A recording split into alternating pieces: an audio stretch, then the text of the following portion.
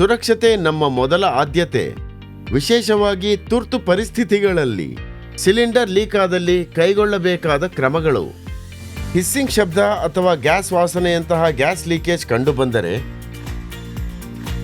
ತಕ್ಷಣವೇ ಡೆಲಿವರಿ ಮಾಡುವ ವ್ಯಕ್ತಿಗೆ ವರದಿ ಮಾಡಿ. ಸಿಲಿಂಡರ್ ನೇರವಾಗಿ ನಿಲ್ಲಿಸಿ ಹೊರಗೆ ಕೊಂಡೊಯ್ಯಿರಿ. ಸುತ್ತಲೂ ಬೆಂಕಿ ಅಥವಾ ಕಿಡಿ ಬರದೆ ನೋಡಿಕೊಳ್ಳಿ.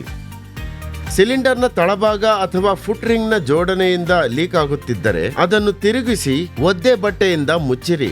ಓ ರಿಂಗ್ ಬಿಗಿತ ತಪ್ಪಿದ್ದರೆ ಅಥವಾ ಹಾಳಾಗಿದ್ದರೆ ಗ್ರಾಹಕರಿಗೆ ಮಾಹಿತಿ ನೀಡಿ ಸೌಮ್ಯವಾಗಿ ವಿತರಣೆಯನ್ನು ನಿರಾಕರಿಸಿ. ಈ ವಿಷಯವನ್ನು ಸೂಪರ್ವೈಸರ್ಗೆ ತಿಳಿಸಿ.